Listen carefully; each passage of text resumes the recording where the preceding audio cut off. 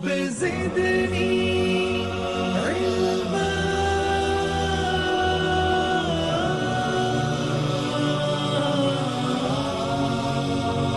رب زدني علما.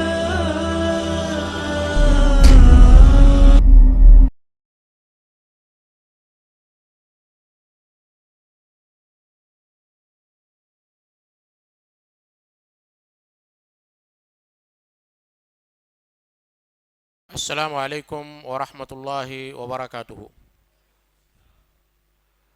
بسم اللہ الرحمن الرحیم. الحمد للہ رب العالمین. نحمده ونستعینه ونستغفره ونؤمن به ونتوکل علیہ ونعوذ باللہ من شرور انفسنا ومن سیئات اعمالنا. من يهده الله فلا مضل له ومن يضلل فلا هادي له. واشهد ان لا اله الا الله وحده لا شريك له واشهد ان محمدا عبده ورسوله.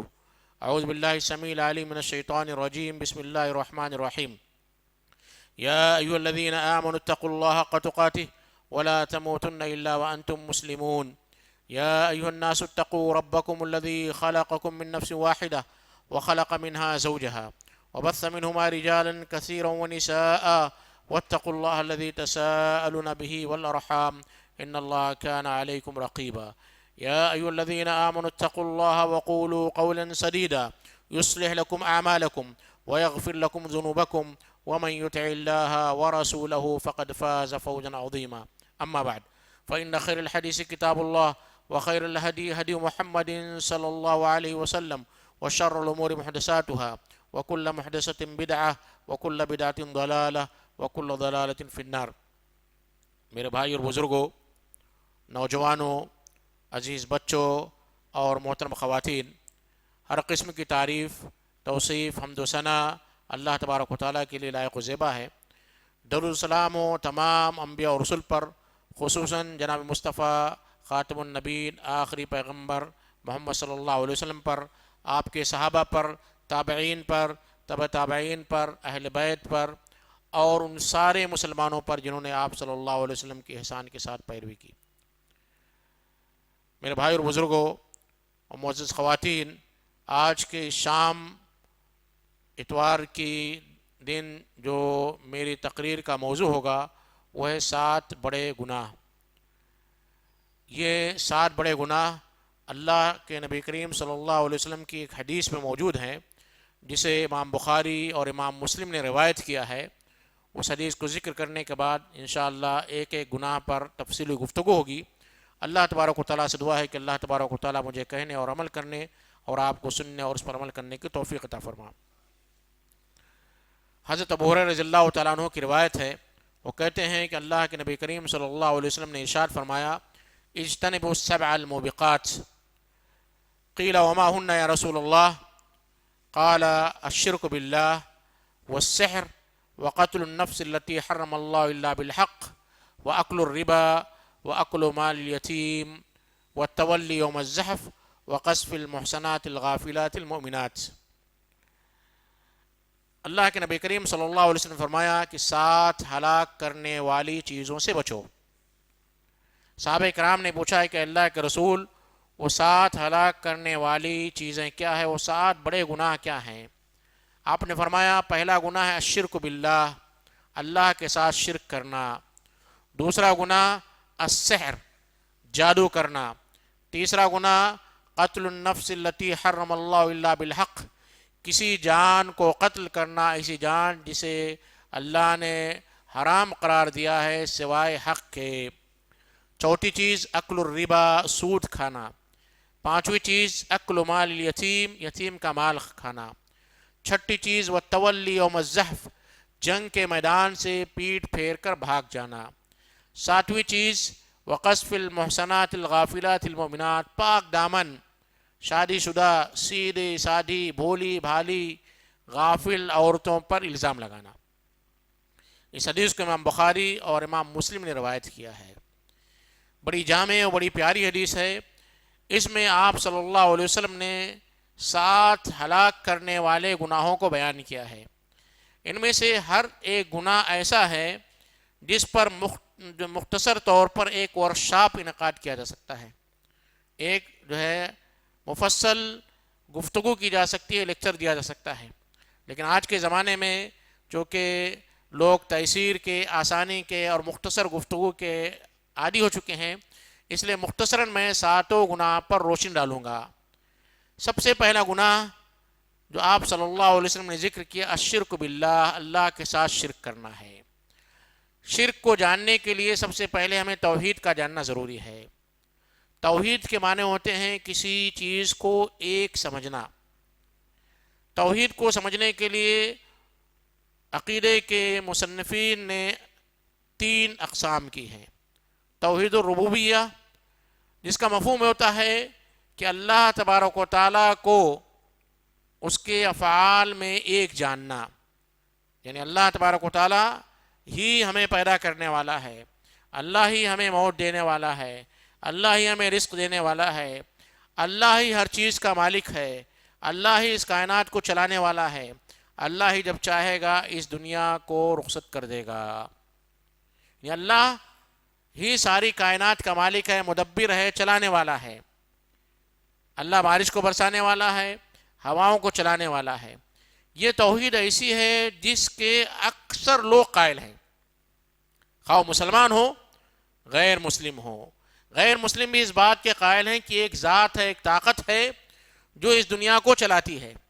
یہاں تک کہ کفار مکہ بھی اس بات کے قائل تھے کہ ایک ذات ہے، اللہ ہے، جو زمین و آسمان کو چلاتا ہے، مدبر ہے، کائنات کا مالک ہے.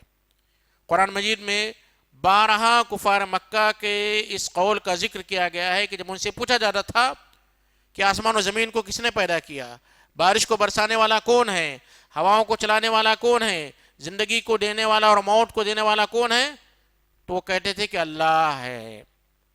تو اس توحید میں صرف دنیا کے چند ناستک دہریے انکار کرتے ہیں، ورنہ دنیا کے سارے لوگ خواہ مسلمان ہو غیر مسلم ہو توحید الربوبیہ کے قائل ہیں. اس میں زیادہ اختلاف نہیں ہے.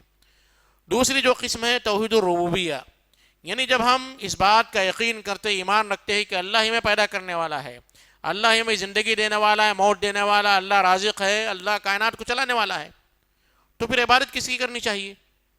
جب اللہ ہی ہمیں پیدا کرنے والا ہے، ہمیں رزق دینے والا ہے، تو ظاہر سی بات ہے کہ ہمیں عبادت بھی اللہ ہی کی کرنی چاہیے. یہاں جو ہے مسلمانوں میں اور غیر مسلموں میں اختلاف ہو جاتا ہے.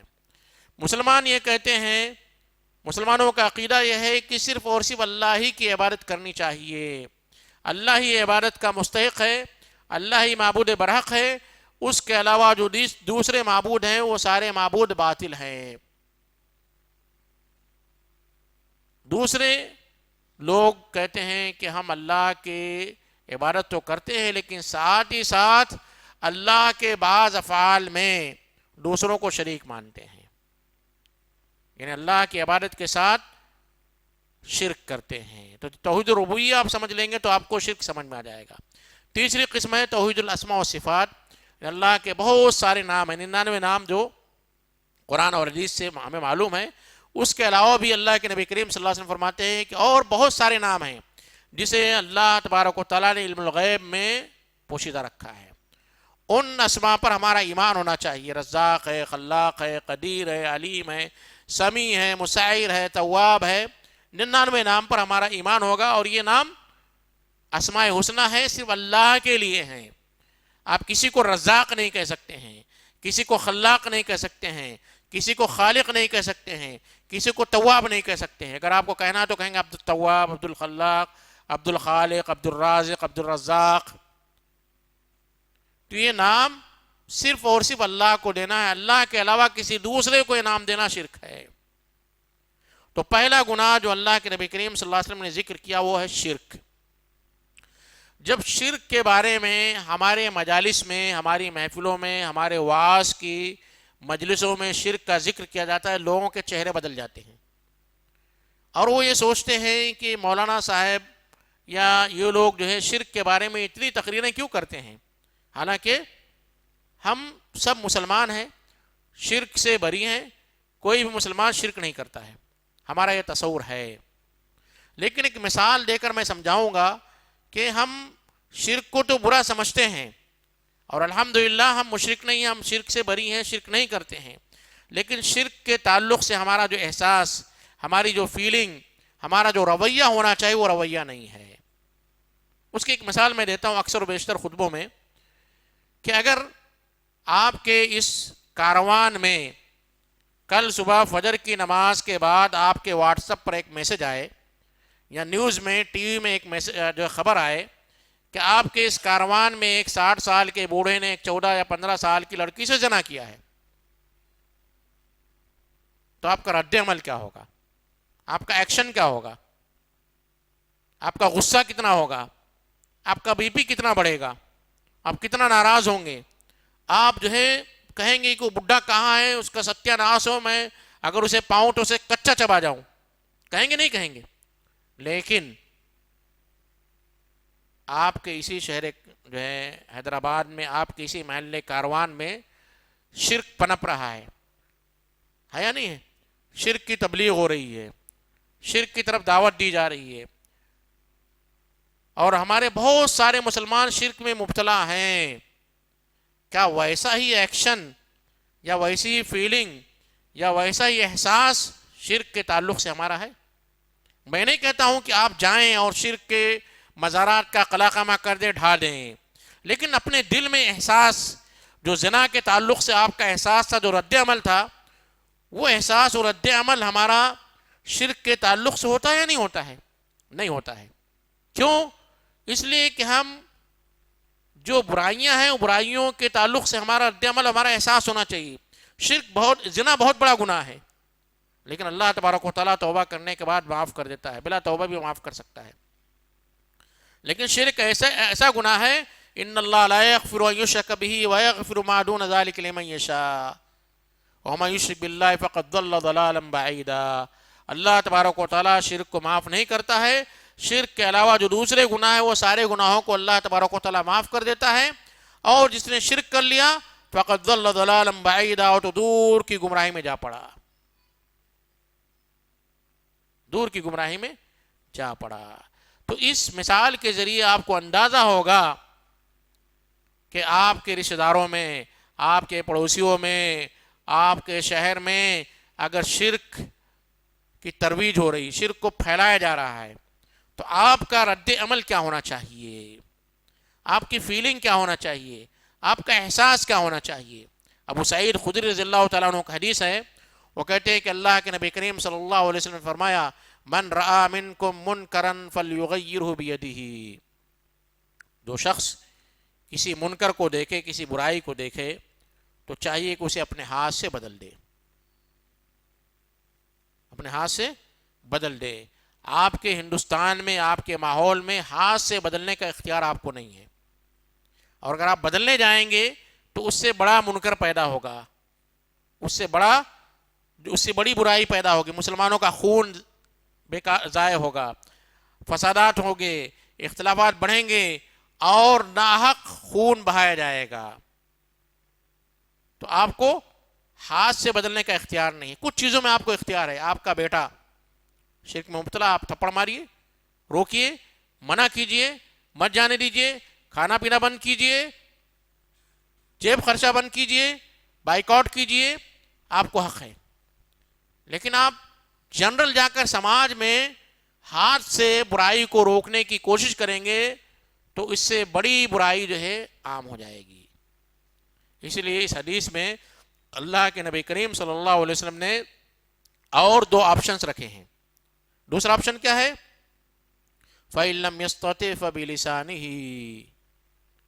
اگر نہیں ہے ہاتھ سے بدلنے کی طاقت تو زبان سے اسے بدلے، اور یہ طاقت آپ سب لوگوں کو دی گئی ہے۔ آپ کی یہ ہندوستان کی حکومت ماشاء اللہ آپ کو زبان سے تبلیغ کرنے کی اجازت دیتی ہے، آپ آزاد ہیں، لیکن ہماری زبانیں گنگ ہیں، ہم جو ہے بیان نہیں کرتے ہیں۔ کم از کم اپنی زبان کو کھولیں، اپنے رشتہ داروں کو، اپنے پڑوسیوں کو، اور جو آپ کے ہاں کام کرتے ہیں، جنہیں آپ سمجھا سکتے ہیں یا جنہیں نہیں بھی سمجھا سکتے، زبان کے ذریعے تو اس برائی کا اظہار کر سکتے ہیں۔ کیا کرتے ہیں ہم؟ نہیں کرتے ہیں، نہیں کرتے ہیں۔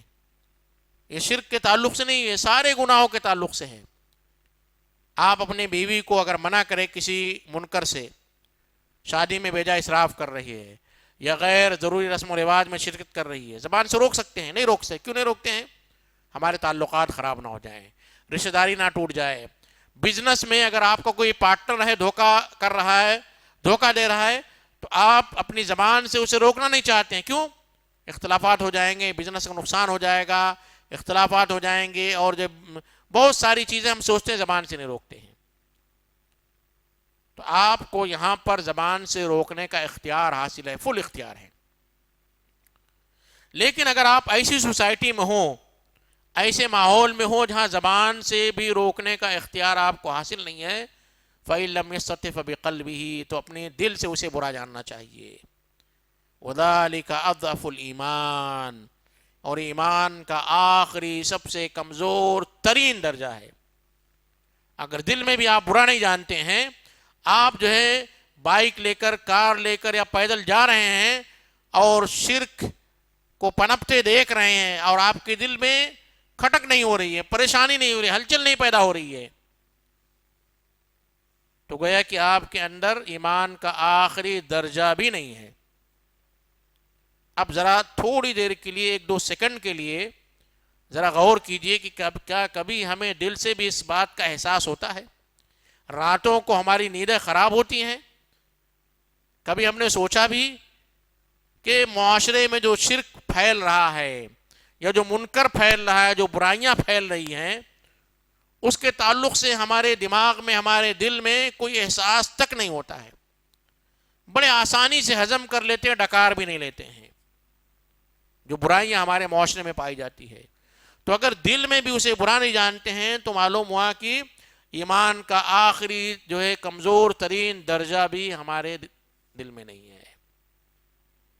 تو پہلی چیز جو اللہ کے نبی کریم صلی اللہ علیہ وسلم بیان کی، الشرک باللہ، اللہ کے ساتھ شرک کرنا یہ سب سے بڑا گناہ ہے. اور اسی لیے آپ صلی اللہ علیہ وسلم صحابہ کرام کو جب بھی نصیحت کرتے تھے، حالانکہ صحابہ کرام اور اللہ کے نبی کریم صلی اللہ علیہ وسلم سے شرک کا صادر ہونا محال تھا. آپ صلی اللہ علیہ وسلم کی تربیت میں صحابہ کرام پرورش پائے تھے، ایمان لائے تھے، اپنے جان کو قربان کیا تھا. صحابہ کرام کو اللہ تبارک و تعالیٰ نے رضی اللہ عنہم و رضوا عنہ کا خطاب دیا تھا کہ اللہ ان سے راضی ہو چکا ہے. پھر بھی آپ صلی اللہ علیہ وسلم نے پہلا گناہ جو ذکر کیا، الشرک باللہ. اور قرآن مجید کا مطالعہ کیجئے، بارہا اللہ تبارک و تعالیٰ شرک کے تعلق سے مسلمانوں کی تنبیہ کرتا ہے. سورہ یوسف میں اللہ تبارک و تعالیٰ فرماتا ہے وَمَا يُؤْمِنُ أَكْثَرُهُم بِاللَّهِ إِلَّا وَهُم مُشْرِكُونَ. وَمَا يُؤْمِنُ أَكْثَرُهُم بِاللَّهِ، غور کیجئے، میں نہیں کہہ رہا ہوں، الصادق المصدوق اللہ تبارک و تعالیٰ کہتا ہے وَمَنْ أَصْدَقُ مِنَ اللَّهِ قِيلًا. اللہ سے سچ بات کہنے والا کون ہے؟ کیا کہہ رہے ہیں اللہ تبارک و تعالیٰ؟ وَمَا يُؤْمِنُ أَكْثَرُهُم بِاللَّهِ، ان میں سے اکثریت اللہ پر ایمان نہیں لاتی ہے، الا وهم مشرکون، مگر یہ کہ وہ شرک میں مبتلا ہیں. اور حقیقت ہے، یہ حقیقت ہے. مسلمانوں کا اکثر میجورٹی طبقہ اگر غور کریں گے تو شرک میں مبتلا ہے، میجورٹی. اور جو لوگ توحید کے پابند اپنے آپ کو سمجھتے ہیں وہ بھی کہیں نہ کہیں شرک کر بیٹھتے ہیں، ریاکاری کے حیثیت سے، قسمیں کھانے میں، خصوصاً خواتین. غیر اللہ کی قسم کھانا شرک ہے، لیکن بہت عام ہے. بیٹی کی قسم کھا رہے ہیں، شوہروں کی قسم کھا رہے ہیں، رشتہ داروں کی قسم کھا رہے ہیں، غیر اللہ کی قسم کھا رہے ہیں. تو اللہ تبارک و تعالیٰ نے جو کہا کہ ان میں سے اکثریت ایمان نہیں رکھتی ہے مگر اس حالت میں کہ وہ مشرک ہے، یہ سچ ہے. اس لیے ہمیں شرک سے توبہ کرنی چاہیے، اپنے ایمان کو ہر دن رینیو کرنا چاہیے، تجدید کرنی چاہیے کہ اللہ ہمیں شرک سے بچا. اس لیے شرک یہ سارے اعمال کا ملیا میٹ کر دیتا ہے. کتنا بھی اچھا عمل کریں، خوب حج کریں، نماز پڑھیں، زکوٰۃ دیں، صدقہ و خیرات کریں، اجتماعات میں شریک ہوں، علماء کی قدر کریں، سوشل کام کریں، رشتہ داروں کا خیال رکھیں، تہجد پڑھیں، لیکن اگر شرک 1% بھی آ گیا، تھوڑا سا بھی شرک آ گیا تو سارے اعمال بیکار ہو گئے. سارے اعمال، کوئی کام آنے والا نہیں ہے. اس لیے بارہا ہمیں شرک سے بچنے کی دعا کرنی چاہیے. اسی لیے ہم سورۃ الفاتحہ ہر نماز کی ہر رکعت میں پڑھتے ہیں، ہر نماز کی ہر رکعت میں پڑھتے ہیں، اور کیا کہتے ہیں؟ ایاک نعبد و ایاک نستعین. اے اللہ ہم تیری ہی عبادت کرتے ہیں اور تجھ سے ہی مدد مانگتے ہیں. یہاں شرک سے بچنے کی دعا کرتے ہیں کہ ہم تیری ہی عبادت کرتے ہیں، تیری بھی نہیں، تیری ہی عبادت کرتے ہیں. اور ہماری عبادتوں میں اللہ کے علاوہ کسی دوسرے کا شرک ہو رہا ہے تو ہماری عبادت بیکار ہو جائے گی. اس لیے ہر نماز میں، اور اسی لیے اللہ کے نبی کریم صلی اللہ علیہ وسلم نے فرمایا تھا لا صلاۃ الا بفاتحۃ الکتاب. کوئی بھی نماز، کسی بھی نماز کی کوئی بھی رکعت سورۃ الفاتحہ کے بغیر نہیں ہوتی ہے. یہی ہماری نماز کی بیوٹی ہے، یہی ہماری نماز کی خوبصورتی ہے کہ ہم ہر نماز کی ہر رکعت میں شرک سے بچنے کی دعا کرتے ہیں. یہ پہلا گناہ تھا جس سے بچنے کے تعلق سے اللہ کے نبی کریم صلی اللہ علیہ وسلم فرمایا. دوسرا گناہ ہے جادو کرنا. اب یہاں آپ یہ سوال کریں گے کہ دوسرا گناہ کیوں جادو کا ذکر کیا؟ نماز چھوڑنا تھا نا دوسرا گناہ. دوسرا گناہ نماز چھوڑنا ہونا چاہیے نہیں ہونا چاہیے؟ ہمارے نزدیک یہ دوسرا گناہ کیا ہے؟ نماز چھوڑنا ہے. لیکن اللہ کے نبی کریم صلی اللہ علیہ وسلم نے کیا ذکر کیا؟ دوسرا گناہ جادو کرنا ہے. کیوں؟ اس کی وجہ یہ ہے کہ جادو سیکھنے کے لیے شرک کے سارے اعمال کر لینے ہوتے ہیں. سب سے پہلے ہمیں جاننا چاہیے جادو کسے کہتے ہیں. جادو دراصل کسی چیز کی حقیقت کو نظروں کے سامنے بدل دینا ہے، ہیرا پھیری کر دینا ہے. سحر کی تعریف علماء نے یوں کی ہے، سحر وہ عمل ہے جس میں پہلے شیطان کا قرب حاصل کیا جاتا ہے اور پھر اس سے مدد لی جاتی ہے. عربی میں سحر کا معنی ہوتا ہے کسی چیز کو اس کی حقیقت سے پھیر دینا. جیسے موسیٰ علیہ السلام کے واقعے میں ہوگا کہ لاٹھی سانپ بن گئی تھی، وہ لاٹھی تھی سانپ بن گئی تھی، اور رسیاں پھینکی گئی تھی وہ سانپ بن گئے تھے. حقیقت میں وہ رسی تھی. تو کسی چیز کی حقیقت کو بدل دینے کو سحر کہتے ہیں. جادو کیسے ہوتا ہے؟ جادو دراصل کچھ دم ہوتے ہیں، کچھ جو ہے شرکیہ کلمات ہوتے ہیں، کچھ الفاظ ہوتے ہیں جنہیں بولا جاتا ہے یا لکھا جاتا ہے، زبان سے ادا کیا جاتا ہے یا اسے لکھا جاتا ہے. لکھنے کے بعد جو ہے اس جادو کے ذریعے کسی انسان کے بدن پر یا اس کی عقل پر یا دونوں پر جو ہے اثر کیا جاتا ہے. اور جادو ایک حقیقت ہے، ایک حقیقت ہے. چونکہ مسلمانوں میں بھی کچھ ایسے مفکرین پائے جاتے ہیں، کچھ جماعتیں پائی جاتی ہیں جو کہتے ہیں کہ جادو نہیں ہوتا ہے، جادو کی حقیقت کا انکار کرتے ہیں. حالانکہ جادو ایک حقیقت ہے. اللہ کے نبی کریم صلی اللہ علیہ وسلم پر بھی جادو کیا گیا، اگرچہ کہ اللہ تبارک و تعالیٰ نے اس جادو کے اثر کو زائل کر دیا تھا. مسلمانوں میں ایک طبقہ پایا جاتا ہے جو جادو کا انکار کرتا ہے، اور وہ یہاں تک کہتا ہے کہ نعوذ باللہ اللہ کے نبی کریم صلی اللہ علیہ وسلم پر جادو نہیں ہوا تھا. جبکہ قرآن مجید کی دو پاکیزہ صورتیں معوذتین جنہیں کہا جاتا ہے وہ آپ صلی اللہ علیہ وسلم کو جادو سے زائل کرانے کے لیے نازل کی گئی تھی. اب سوال یہ پیدا ہوتا ہے کہ جادو کو دوسرے نمبر کا گناہ کیوں کہا گیا ہے؟ اس کی وجہ یہ ہے کہ جادو سیکھنے کے لیے شرک کے سارے مراحل کو طے کرنا پڑتا ہے، جتنے بھی سٹیپس ہیں. پہلا کیا ہوتا ہے؟ بعض لوگ جادو سیکھنے کے لیے قرآن مجید کو اپنے ران پر یا غلط جگہوں پر لکھ لیتے ہیں. قرآن مجید جس کا احترام کرنا ہر مسلمان پر فرض ہے. یہاں تک کہ کچھ لوگ قرآن مجید کی بعض صورتوں کو الٹا لکھتے ہیں، اس کے حروف کو نہ لکھ کر گنتیوں میں لکھتے ہیں. یہاں تک کہ جادو سیکھنے کے لیے اگر جادو میں آپ کو پی ایچ ڈی کرنا ہے، ایکسپرٹ بننا ہے، ماہر جادوگر بننا ہے، تو نعوذ باللہ ثم نعوذ باللہ انسان کو سارے گناہ سے جو ہے سارے گناہ پر عمل کرنا پڑتا ہے، سارے گناہ پر، جتنے بھی گناہ دنیا میں پائے جاتے ہیں، جس کا تصور بھی آپ نہیں کر سکتے ہیں۔ قرآن مجید پر ٹوائلٹ کرنا، قرآن مجید پر پیشاب کرنا، قرآن مجید کو ٹوائلٹ میں ڈالنا، اسی لیے دوسرا گناہ لکھا گیا۔ اور سب سے ماہر جادوگر کون ہوتا ہے؟ جو اپنے سگی بہن، سگی ماں سے جو ہے ہم بستری کرے۔ چونکہ شیطان کیا چاہتا ہے؟ شیطان قابو میں آنے کے لیے سارے شیطانی حربہ استعمال کرتا ہے، انسان کو شیطان بن جانا پڑتا ہے، اور جب انسان شیطان بن جاتا ہے تو اس کے برابر ہو گیا۔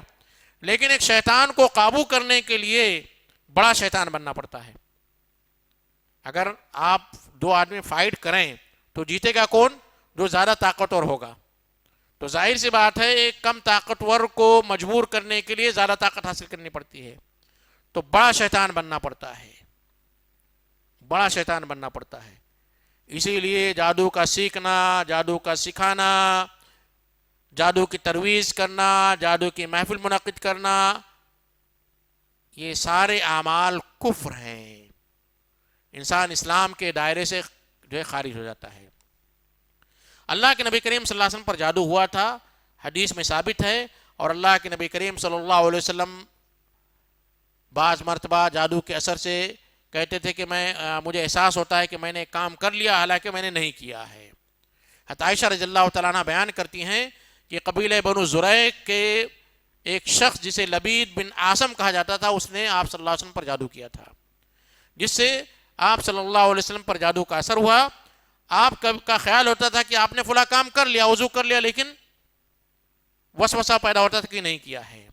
یہ معاملہ چلتا رہا کئی دنوں تک، یہاں تک کہ جبریل علیہ السلام ایک دن اللہ کے نبی کریم صلی اللہ علیہ وسلم کے پاس آئے اور آپ کو فرمایا کہ تم پر جو ہے یا عائشہ اللہ کے نبی کریم صلی اللہ علیہ وسلم پر جادو کیا گیا ہے۔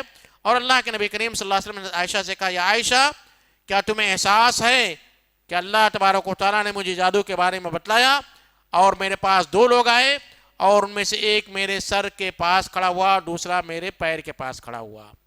اور پھر ایک تفصیل بیان کی گئی ہے کہ اللہ کے نبی کریم صلی اللہ علیہ وسلم کو جادو سے چھٹکارا بتایا گیا۔ جبریل علیہ السلام گئے اور ایک کنویں میں جو ہے بال میں گانٹھی باندھ کر اللہ کے نبی کریم صلی اللہ علیہ وسلم پر جادو کیا گیا، تو گانٹھی کھولی گئی، جیسے جیسے کھولتے تھے آپ صلی اللہ علیہ وسلم پر جادو کا اثر زائل ہوتا جاتا تھا۔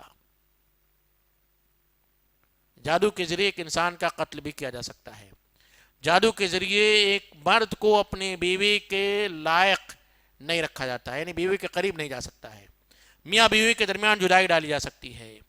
یہ سارے اعمال جادو کے ذریعے کیے جا سکتے ہیں، اس لیے جادو کا سیکھنا، سکھلانا اور اس کے تعلق سے کسی بھی قسم کی مدد کرنا یہ حرام ہے، شرک ہے، کفر ہے، کفر ہے۔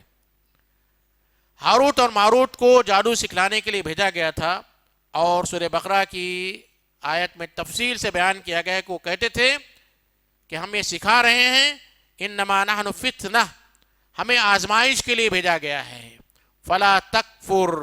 تو اس آیت سے علماء نے یہ دلیل لی ہے کہ جادو کا سیکھنا کفر ہے۔ سکھلاتے تھے اور کہتے تھے کہ انما نحن فتنہ، ہم فتنہ ہیں، ہمیں آزمائش کے لیے اللہ تبارک و تعالیٰ نے بھیجا ہے، فلا تکفر، تو جادو سیکھ کر اللہ کا کفر نہ کرو۔ سلیمان علیہ السلام کو بھی جادو کا علم دیا گیا تھا، اور سلیمان علیہ السلام بھی جو ہے جنوں کو اپنے قابو میں رکھتے تھے، جنوں کو اپنے قابو میں رکھتے تھے، لیکن اللہ کے نبی کریم اللہ تبارک و تعالیٰ نے بعض انبیاء کو جو خصوصیات دی تھی وہ ان انبیاء کے ساتھ خاص تھی، وہ انبیاء کے ساتھ خاص تھی، اور اللہ کے نبی کریم صلی اللہ علیہ وسلم کو جو معجزہ دیا گیا وہ قیامت تک کے رہنے لیے ہے۔ تو جادو کا سیکھنا، سکھلانا یہ کفر ہے، اسی لیے دوسرے گناہ شرک کے بعد جو کفر کا تذکرہ ہوا۔ شریعت میں جادوگر کے متعلق جادو سیکھنے کے قریب جانے کو بھی اللہ کے نبی کریم صلی اللہ علیہ وسلم نے منع فرمایا، یعنی بدفعلی لینا، بدشگونی لینا، جیسے آج کل ہم کہتے ہیں کہ ہمارے سامنے سے بلی چلی گئی، راستہ کاٹ دیا، تو دراصل اس قسم کے تصور سے انسان جو ہے دھیرے دھیرے جادو کے قریب ہوتا ہے، اس کے عقیدے میں خرابی آتی ہے۔ اس لیے اللہ کے نبی کریم صلی اللہ علیہ وسلم نے ایسے عقیدے سے بھی منع کیا جس سے انسان کے اندر یہ اعمال پیدا ہوں، جسے شریعت کے اسلام میں کہتے ہیں سد الذرائع، جو برائی کے جو ذرائع ہیں ان ذرائع کو، ان راستوں کو بھی بند کرنا۔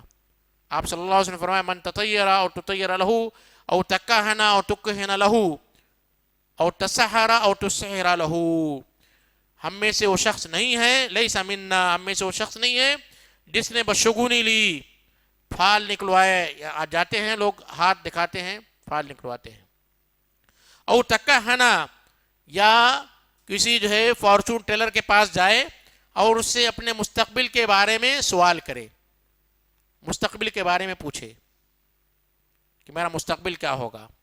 آج جو ہے اخباروں میں بھی آتا ہے، لوگ اسے باقاعدہ دیکھتے ہیں کہ ستارے سے جو ہے ہمارا ستارہ کیسے چل رہا ہے، نام کے ذریعے اور مختلف جو ہے ہاتھوں کی لکیروں کے ذریعے، یہ ساری چیزیں دیکھنا یا اس پر عمل کرنا یا سیکھنا، لیس منا، ایسے لوگ ہم میں سے نہیں ہیں، یعنی شریعت اسلامیہ میں ان چیزوں کی اجازت نہیں ہے۔ جو جادوگر پائے جاتے ہیں، اگر اسلامی حکومت ہے، اسلامی قانون اور اسلامی خلیفہ ہے، تو ایسے جادوگروں کو قتل کر دیا جائے گا۔ جمہور علماء کا اس بات پر اتفاق ہے، اقتلوا کل ساحر و سحرا، ہر جادوگر اور ہر جادوگرنی کو قتل کر دیا جائے۔ صرف اختلاف اس بات میں ہے کہ انہیں کس بنا پر قتل کیا جائے، کفر کی بنا پر یا سحر کی بنا پر، جادو کی بنا پر، جادو سیکھنے کی وجہ سے قتل کیا جائے، یا جادو سیکھنا کفر ہے اس بنا پر قتل کیا جائے، اس معاملے میں اختلاف ہے، لیکن قتل کی سزا جو ہے جادوگر کے لیے ہے۔ تو دوسرا عظیم ترین گناہ جو آپ صلی اللہ علیہ وسلم نے ذکر کیا جادو ہے، اور اس کی وجہ یہی ہے کہ آپ نے دوسرے نمبر پر اسے ذکر کیا۔ تیسرا گناہ جو آپ صلی اللہ علیہ وسلم نے ذکر کیا، وَقَتْلُ النَّفْسِ الَّتِي حَرَّمَ اللَّهُ إِلَّا بِالْحَقِّ، نفس کو قتل کرنا، جان کو قتل کرنا، جسے اللہ نے حرام قرار دیا ہے مگر حق کے ذریعے۔ اسی طرح ایک دوسری حدیث میں اللہ کے نبی کریم صلی اللہ علیہ وسلم فرمایا، لا يحل دم امرئ مسلم، مسلمان کا خون حلال نہیں ہے الا بإحدى ثلاث، مگر تین سبب کے ذریعے۔ پہلا سبب کیا ہے؟ الثیب الزانی، جو شادی شدہ ہو، زنا کرتا ہو، اسے قتل کر دیا جائے گا، رجم کر دیا جائے گا۔ دوسرا التارک لدینہ المفارق للجماعہ، جو دین سے پھر جائے، مرتد ہو جائے، دین سے مرتد ہو جائے۔ اور تیسرا سبب والنفس بالنفس، کسی جان کے بدلے کسی کو قتل کر دیا جائے۔ قرآن مجید میں اللہ تبارک و تعالیٰ نے نفس کا لفظ استعمال کیا، نفس کہتے ہیں سول کو، جان کو، اس میں یہ تفریق نہیں ہے کہ مسلمان کی جان ہو کہ غیر مسلم کی جان ہو، مسلم کی جان ہو کہ غیر مسلم کی جان ہو، اس میں کوئی تفریق نہیں ہے۔ سورہ مائدہ میں اللہ تبارک و تعالیٰ نے فرمایا من اجل ذالک کتبنا علی بنی اسرائیل انہ من قتل نفسا بغیر نفس او فساد فی الارض فکأنما قتل الناس جميعا، جس نے کسی نفس کو، کسی سول کو، کسی جان کو بغیر کسی نفس کے بدلے کے یا زمین میں فساد برپا کرنے کی وجہ سے قتل کیا، تو گیا کہ اس نے ساری انسانیت کا قتل کیا۔ ایک جان کو قتل کرنا ساری انسانیت کو قتل کرنا ہے۔ ومن احیاہا، اور جس نے کسی ایک شخص کی جان بچا لی، گویا کہ اس نے ساری انسانیت کی جان بچا لی۔ آج مسلمانوں کو جو بدنام کیا جاتا ہے کہ مسلمان بڑے خونخوار ہوتے ہیں، باربرک ہوتے ہیں، مسلمان جو ہے جہادی ہوتے ہیں، فدائین ہوتے ہیں، یہ جو الزام لگایا جاتا ہے اس کا اسلام سے کوئی تعلق نہیں ہے۔ اسلام میں اس بات کی اجازت نہیں کسی بھی جان کو صرف 3 وجہ کے علاوہ قتل کیا جائے۔ لہذا ہمارے وہ نوجوان جو کسی غلط تبلیغ کی وجہ سے بھٹک جاتے ہیں، اور میں نہیں سمجھتا ہوں کہ ہمارے وہ نوجوان ہوں گے، لیکن اگر ہیں، ایسا الزام لگایا جاتا ہے، تو اپنے نوجوانوں سے گزارش کروں گا کہ ایسے لوگوں کے پھندے میں نہ آئیں۔ وہ جماعتیں جو تخریب کاری میں ملوث ہے، زمین میں فساد پھیلانے میں ملوث ہیں، کسی بھی جان کو قتل کرنے میں ملوث ہے، ایسی جماعت سے برات کا اظہار کیجیے۔ کوئی بھی مذہب کسی بھی جان کے قتل کرنے کو حرام سمجھتا ہے، اور قرآن مجید میں اللہ تبارک و تعالیٰ نے سختی کے ساتھ وَلَقَدْ كَرَّمْنَا بَنِي آدم، ہم نے بنو آدم کی تکریم کی ہے، عزت افزائی کی ہے، اسے عزت دی ہے، بنو آدم کہا، مسلمان اور غیر مسلم نہیں کہا۔ لہذا مسلمانوں کے تعلق سے جو افواہ پھیلائی جاتی ہے، غلط جو ہے نشر کیا جاتا ہے کہ مسلمان خونخوار ہیں، غیر مسلموں کا قتل کرتے ہیں، اور مختلف قسم کی جو ہے میڈیا میں جو اخبارات میں باتیں پھیلائی جاتی ہیں، خصوصاً ابھی پلوامہ کے اٹیک کے بعد مسلمانوں کو جو بدنام کیا جاتا ہے، ایسی ساری کارروائی کا اسلام سے کوئی تعلق نہیں ہے۔ کوئی بھی مسلمان ایسی تقریب کاری میں ملوث نہیں ہو سکتا ہے، اگر ملوث ہے تو اسلام نہیں ہے، وہ مسلمان نہیں ہے۔ یہ جنرل نفس کے بارے میں بتایا گیا، قتل النفس التی حرم اللہ الا بالحق، عمومی طور پر ساری انسانیت کے لیے کہا گیا۔ اس کے بعد خصوصاً مومن کے قتل کے بارے میں قرآن مجید میں بڑی سخت وعید رکھی ہے۔ جنرل نفس کے بارے میں بتایا، پھر مومن نفس کے قتل کے بارے میں قرآن مجید نے اور سخت وعید بیان کی ہے۔ وَمَن يَقْتُلْ مُؤْمِنًا مُتَعَمِّدًا فَجَزَاؤُهُ جَهَنَّمُ خَالِدًا فِيهَا وَغَضِبَ اللَّهُ عَلَيْهِ وَلَعَنَهُ وَأَعَدَّ لَهُ عَذَابًا أَلِيمًا، جس نے کسی مومن کو قتل کر دیا جان بوجھ کر، کسی مومن کو، پہلے جنرل نفس کا بتایا، پھر اہل ایمان کی عظمت اور اس کی حرمت اور زیادہ ہو جاتی ہے ایمان لانے کی وجہ سے۔ جس نے کسی مومن کو جان بوجھ کر قتل کیا، فَجَزَاؤُهُ جَهَنَّمُ، اس کا ٹھکانہ کیا ہے؟ جہنم ہے۔ کافی تھا، اتنا اسٹیٹمنٹ کافی تھا، مومن کو قتل کرنے کی سزا کیا ہے؟ جہنم ہے، کافی تھا۔ لیکن قرآن مجید نے اس پر اکتفا نہیں کیا، کیا فرمایا؟ خالدن فیہا، جہنم میں ہمیشہ ہمیشہ رہے گا۔ جو لوگ قرآن مجید کا مطالعہ کرتے ہیں، جنہیں قرآن مجید کا علم ہے، انہیں معلوم ہے کہ خالدن یا خالدین فیہا کا کی جو صفت آتی ہے کس کے ساتھ آتی ہے؟ مشرکین اور کفار کے ساتھ آتی ہے۔ قرآن مجید میں کہیں بھی خالدین یا خالدن کا لفظ ذکر کیا گیا ہے وہ مشرکین کے لیے ہے، کفار کے لیے ہے، مسلمانوں کے لیے نہیں ہے۔ لیکن مومن کے قتل کے تعلق سے یہ کنڈیشن، یہ صفت لگائی گئی، فَجَزَاؤُهُ جَهَنَّمُ خَالِدًا فِيهَا، اتنا اسٹیٹمنٹ کافی تھا، اس کا ٹھکانہ جہنم ہے، ہمیشہ ہمیشہ رہے گا۔ لیکن اللہ تبارک و تعالیٰ نے اس پر اکتفا نہیں کیا، آگے فرمایا وَغَضِبَ اللَّهُ عَلَيْهِ،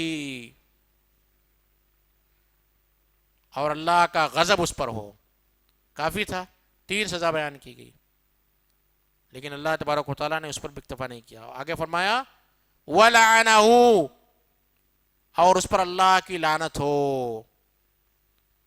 چوتھی چیز بیان کی ہے، فَجَزَاؤُهُ جَهَنَّمُ خَالِدًا فِيهَا وَغَضِبَ اللَّهُ عَلَيْهِ وَلَعَنَهُ، اور اس پر اللہ کی لعنت ہو، وَأَعَدَّ لَهُ عَذَابًا أَلِيمًا، اور عظیم، اور اللہ نے اس کے لیے بہت بڑا عذاب تیار کر رکھا ہے۔ 5 چیزیں ذکر کی گئی ایک مومن کے قتل کے تعلق سے۔ اس مومن میں ہر ایمان والا کلمہ گو داخل ہے، ہر کلمہ گو، ہر کلمہ گو جو لا الہ الا اللہ محمد رسول اللہ کہتا ہے، اگرچہ کہ اس سے بعض معاملات میں شرک کا صدور ہوتا ہو، غور سے سنیے، ہر کلمہ گو اہل قبلہ اس میں داخل ہے، اگرچہ کہ اس سے بعض معاملات میں شرک کا صدور بھی ہو جائے۔ جو مسلمان ملت میں، قوم میں داخل ہے، وہ سارے لوگ اس میں داخل ہیں۔ مومن کا قتل بہت عظیم گناہ ہے، تیسرا گناہ آپ صلی اللہ علیہ وسلم نے بیان کیا، اور حجۃ الوداع میں اللہ کے نبی کریم صلی اللہ علیہ وسلم نے فرمایا تھا الا ان دماءکم واموالکم واعراضکم حرام علیکم کحرمۃ یومکم ھذا فی بلدکم ھذا فی شہرکم ھذا فی یومکم ھذا، سن لو، الا سن لو، تمہارے خون آپس میں ایک دوسرے پر، تمہارے اعمال ایک دوسرے پر، تمہاری عزتیں ایک دوسرے پر اسی طرح حرام ہیں اسی طرح حرام ہے جیسے 3 حرمتیں ایک ساتھ جمع ہو گئی. کیسی حرمت؟ ذوالحجہ جو حرمت والا مہینہ ہے، ذوالحجہ جو حرمت والا مہینہ ہے. اور اللہ کے نبی کریم صلی اللہ علیہ وسلم نے خطبہ دیا تھا کہاں پر؟ حرم میں، حرمت والی جگہ پر. فی بلدکم ھذا، اس شہر میں، مکہ جو حرمت والا ہے. فی یومکم ھذا، منی میں خطبہ دیا تھا آپ نے، جو بڑا مقدس بڑا حرمت والا دن ہوتا ہے. 3 حرمتوں کو جمع کرنے کے بعد 3 چیز ہو گئی، اور فرمایا کہ ان 3 چیزوں کی حرمتیں ایک طرف، اور مومن کی مال، مومن کی عزت، مومن کا قتل برابر ہے.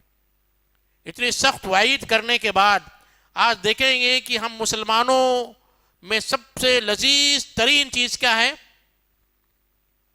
سب سے انٹرسٹڈ چیز کیا ہے؟ گوشت کھانا ہے یا نہیں؟ مسلمان ایک دن بھی بغیر گوشت کے نہیں رہ سکتا ہے، چاہے مرغی کا گوشت ہو، چاہے بکرے کا ہو، چاہے بیف ہو، ہے یا نہیں ہے؟ دوسری لذیذ ترین چیز مسلمان کا گوشت ہے. 2 گوشت بہت محبوب ہے ہمارے اندر: غیبت، چغلخوری، دوسرے پر عیب لگانا، تارا زنی کرنا، نقص نکالنا. یہ دوسرا اہم ترین لذیذ چیز جو مسلمانوں کے اندر پائی جاتی ہے. ایک تو جانور کا گوشت کھانا، دوسرا مسلمان بھائی کا گوشت کھانا. بہت عام ہے یہ. کسی کے بارے میں کوئی خبر سنی، بلا تحقیق اسے آگے بڑھا دیتے، اس کی عزت سے کھلواڑ کر لیتے ہیں، چسکا لیتے ہیں، چائے پر بیٹھ کر مزہ لیتے ہیں. کسی کا رشتہ ٹوٹ گیا، بڑی خوشی ہوتی ہے، بڑے چسکا لے کر ہماری خواتین بیان کرتی ہیں اس کو ہونا ہی تھا، وہ تو ہونا ہی تھا. کسی کا رشتہ لگ رہا ہے، اس کی عزت سے کھلواڑ کر کے رشتہ توڑوانے میں بڑا مزہ آتا ہے. اچھائی کم بیان کی جاتی ہے، برائیاں زیادہ بیان کی جاتی ہے. تو گویا ہے کہ یہ بھی کسی مسلمان کے کردار کا قتل کرنا ہے، مسلمان کے کردار کا قتل کرنا ہے. تو تیسرا گناہ تھا جو آپ صلی اللہ علیہ وسلم نے ذکر کیا. چوتھا گناہ اکل الربا، سود کا کھانا، سود کھانا. سود کے تعلق سے آپ کو معلوم ہوگا کہ مسلمانوں میں بھی یہ عام تصور پایا جاتا ہے، عام تصور، جنرل، کہ بغیر سود کے دنیا کا چلنا یا دنیا میں رہنا امپاسبل ہے، ناممکن ہے. یہ عام تصور ہے یا نہیں ہے؟ گاڑی نہیں چل سکتی ہے، زندگی کا پہیہ نہیں چل سکتا ہے بغیر سود کے. حالانکہ اللہ تبارک و تعالیٰ نے قرآن مجید میں واضح طور پر فَإِن لَمْ تَفْعَلُوا، اگر تم سود سے نہیں بچ سکتے ہو، یا تمہارا تصور یہ نہیں ہے کہ تم سود سے بچ نہیں پاؤ گے، تو کیا کرنا ہے؟ فَأَذَنُوا بِحَرْبٍ مِّنَ اللَّهِ وَرَسُولِهِ، جھنڈا لے کر نکل جائیے اللہ اور اللہ کے رسول سے جنگ کے لیے. اللہ اور اللہ کے رسول سے جنگ کے لیے جھنڈا لے کر نکل جائیے. کر سکتے ہیں؟ ہماری کیا طاقت ہے؟ ایک مچھر کاٹ لیتا ہے تکلیف ہو جاتی ہے، اور اللہ اور اللہ کے رسول کی طاقت اگر جو ہے اس کا اندازہ کرنا ہو تو جب ہمیں پیٹ میں درد ہوتا ہے تو احساس ہوتا ہے، اللہ یاد آتا ہے، ہمیں احساس ہوتا ہے کہ ہم کتنے کمزور ہیں. تو کیا ہم اللہ اور اللہ کے رسول کے ساتھ جنگ کر سکتے ہیں؟ تو یہ تصور رکھنا کہ سود کے بغیر زندگی کا پہیہ نہیں چل سکتا ہے، گویا کہ ہم یہ تصور رکھتے ہیں کہ ہم اللہ اور اللہ کے رسول سے جنگ کر سکتے ہیں. آپ صلی اللہ علیہ وسلم نے حجۃ الوداع میں جو خطبہ دیا تھا اس میں بھی آپ نے خصوصی طور پر ربا کے تعلق سے ذکر کیا تھا. وَرِبَا الْجَاهِلِيَّةِ مَوْضُوعَةٌ تَحْتَ قَدَمَيَّ هَذَا، جاہلیت میں جو سود نافذ تھا وہ میرے ان دونوں قدموں کے درمیان پامال کیا جا رہا، روندا جا رہا ہے، ختم کیا جا رہا ہے.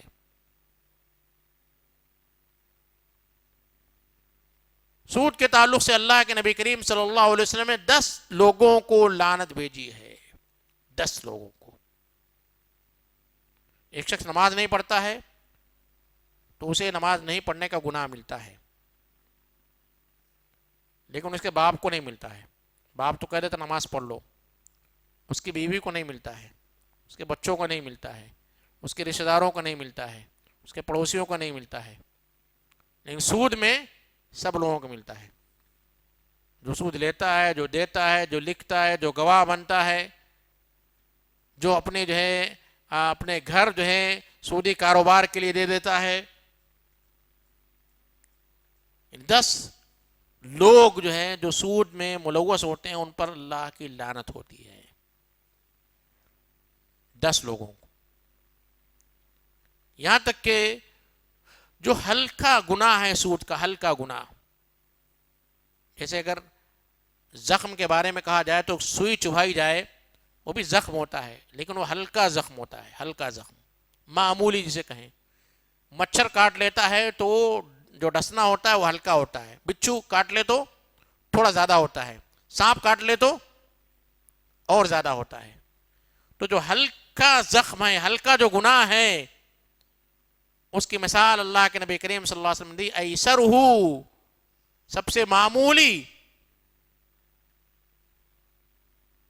گویا کہ اپنی ماں سے زنا کرتا ہے.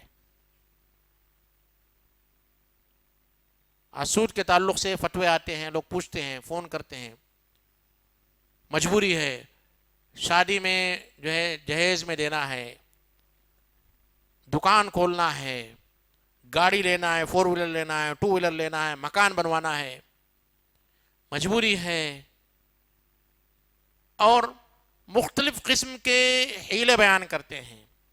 کچھ لوگ کہتے ہیں کہ غیر مسلم معاشی طور پر مضبوط سے مضبوط ترین ہوتے جا رہے ہیں. کیوں؟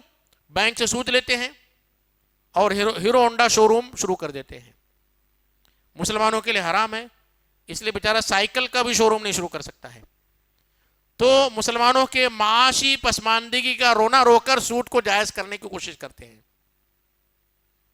یہاں تک کہ بعض مفکرین جو اپنے آپ کو مفکر کہتے ہیں, ان لوگوں نے بھی ہندوستان میں سود کو حلال کر دیا ہے.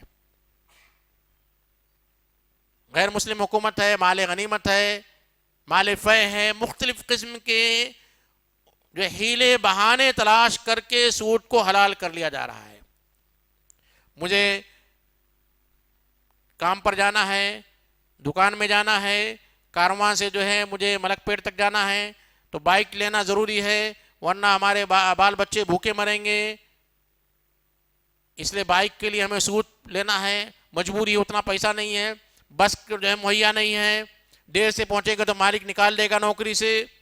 اس قسم کے مختلف حیلے بہانے جو ہے بیان کر کے لوگ سود کو حلال کر لے رہے ہیں. اب سوچئے معمولی گناہ جو بتایا گیا, سوئی چبھانے کا جو زخم ہے اس انداز کا. اور سود کیوں اتنا بڑا گناہ ہے؟ سود کے ذریعے کیا ہو رہا ہے؟ اب دیکھیں گے کہ سود کی وجہ سے آج جو دنیا کی اکنومی ہے, مالدار ترین ہوتا جا رہا ہے, غریب ترین ہوتا جا رہا ہے. آپ کے ہندوستان میں ہی معلوم ہوگا کہ مہاراشٹرا میں خصوصاً جو ہے کسان خودکشی کر رہے ہیں. کیوں؟ سود میں ملوث ہونے کی وجہ سے.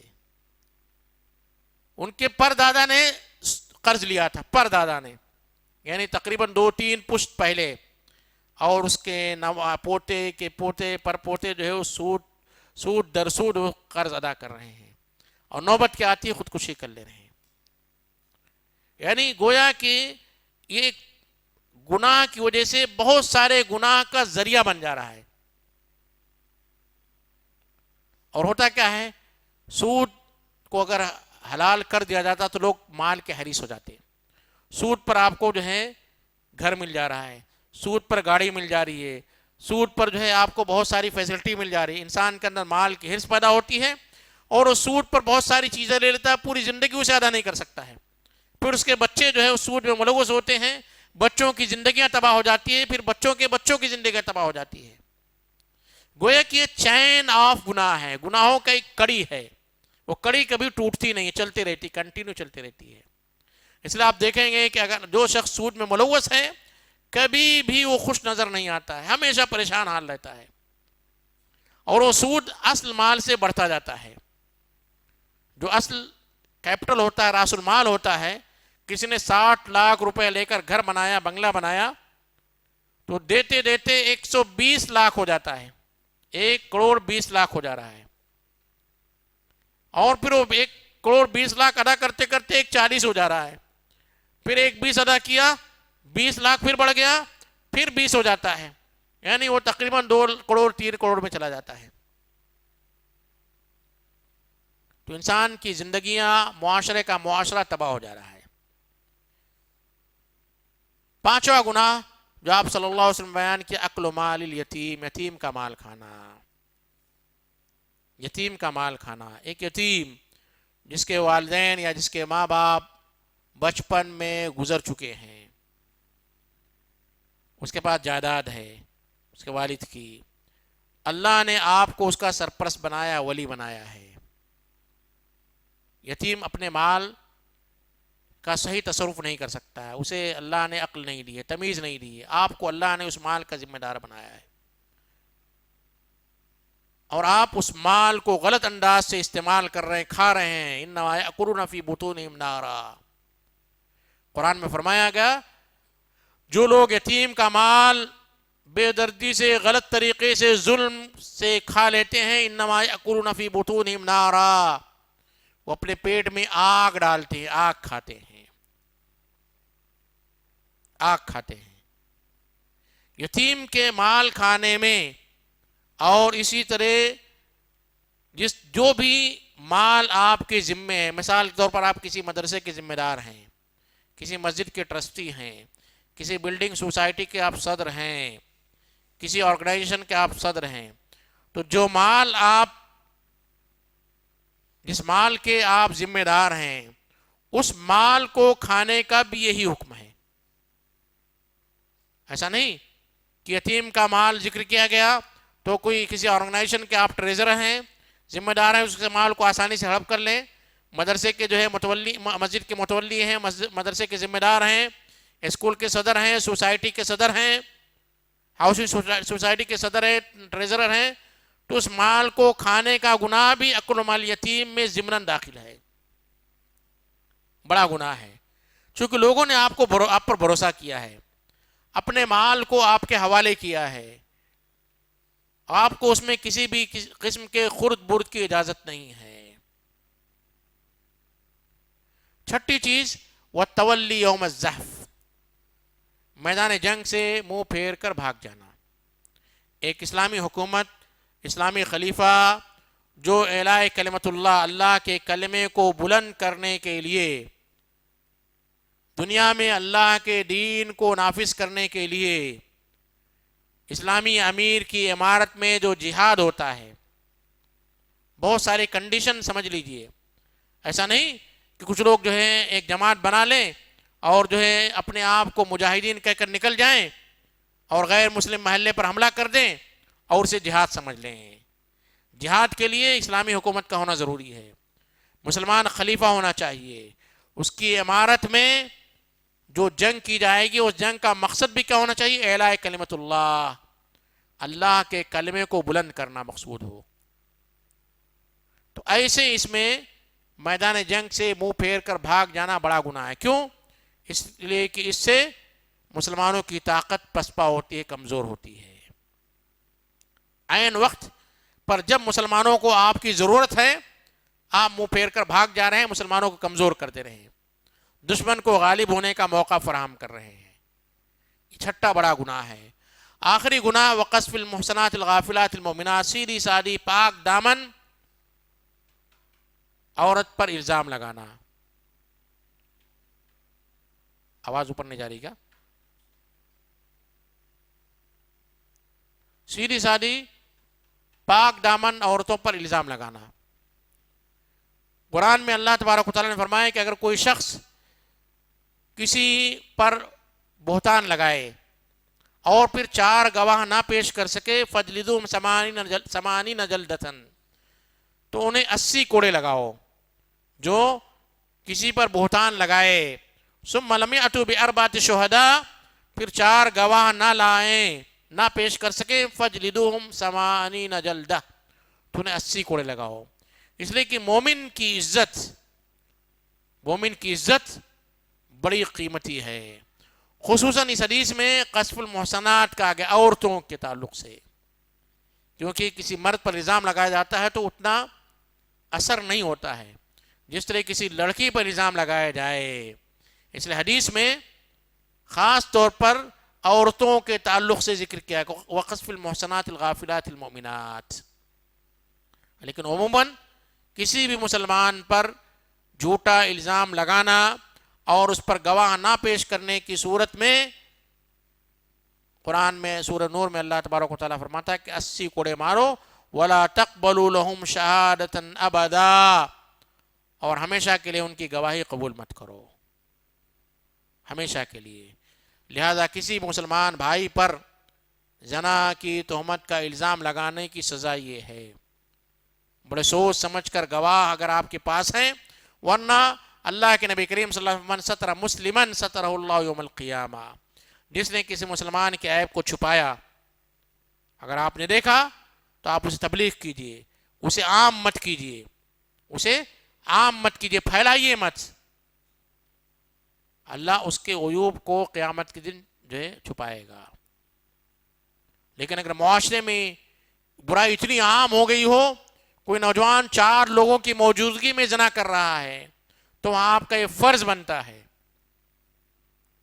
کہ آپ ایسے شخص کے تعلق سے قدم اٹھائیں۔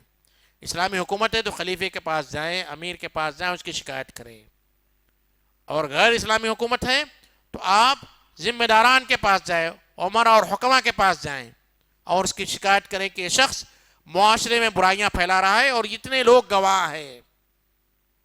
کسی کے بارے میں سن لیا، کسی کے بارے میں جو ہے جاسوسی کی احساس ہو گیا، کہیں کوئی نظر آ گیا، تو آپ اس پر الزام نہیں لگا سکتے ہیں، اس کی سزا بہت بڑی ہے۔ اللہ تبارک و تعالیٰ سے دعا ہے کہ اللہ تبارک و تعالیٰ ہمیں ان گناہوں سے بچنے کی توفیق عطا فرما۔ یہ عظیم ترین گناہ جو ہم مسلم معاشرے میں پائے جاتے ہیں، اللہ تبارک و تعالیٰ مسلم معاشرے کو اس سے پاک و صاف فرما، ہمیں، ہمارے گھر والوں کو، ہمارے بچوں کو ان گناہوں سے بچا، ہمارے معاشرے کو، ہماری سوسائٹی، ہمارے شہر، ہمارے ملک اور سارے مسلمانوں کو ان گناہوں سے بچنے کی توفیق عطا فرما۔ وما علینا الا البلاغ، وآخر دعوانا الحمد للہ رب العالمین، السلام علیکم ورحمۃ اللہ وبرکاتہ۔